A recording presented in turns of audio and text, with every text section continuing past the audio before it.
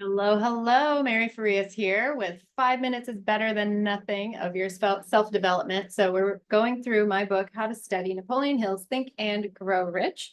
We're on page 55. Let me start my timer. Wayland dreamed of a chain of cigar stores, transformed his dream into action, and now the United Cigar Stores occupy the best corners in America. Lincoln dreamed of freedom for the Black slaves, put his dream into action, and barely missed living to see a united North and South translate his dream into reality.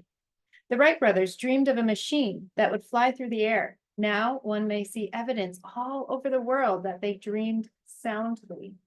Marconi dreamed of a system for harnessing the intangible forces of the ether. Evidence that he did not dream in vain may be found in every wireless radio in the world. Moreover, Marconi's dream brought the humblest cabin, the most stately manor house side by side. It made the people of every nation on earth backdoor neighbors. It gave the President of the United States a medium by which he may talk to all the people of America at one time and on short notice. It may interest you to know that Marconi's, quote, friends had him taken into custody and examined in a psychopathic hospital when he announced he had discovered a principle through which he could send messages through the air without the aid of wires or other direct physical means of communication. The dreamers of today fare better. The world has become accustomed to new discoveries. Nay, it has shown a willingness to reward the dreamer who gives the world a new idea. The greatest achievement was, at first and for a time, but a dream.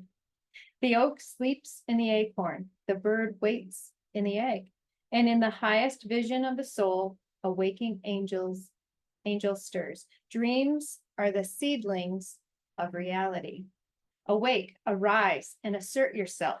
You dreamers of the world, your star is now in ascendancy. The world depression brought the opportunity you have been waiting for. It taught people humility, tolerance, and open-mindedness. What a great page. You know, every single page of this book has so many nuggets of wisdom that you could spend 5 minutes just studying one page, which is what we're doing, because he talks about so many different people who dreamed and then acted. They dreamed and then they acted, right? Wallace D. Wattles talks about the fact that by thought, we receive the thing we want. By action, it comes to us, right? We receive it through our action. We think about it and it begins to come to us, and through action is when we receive it.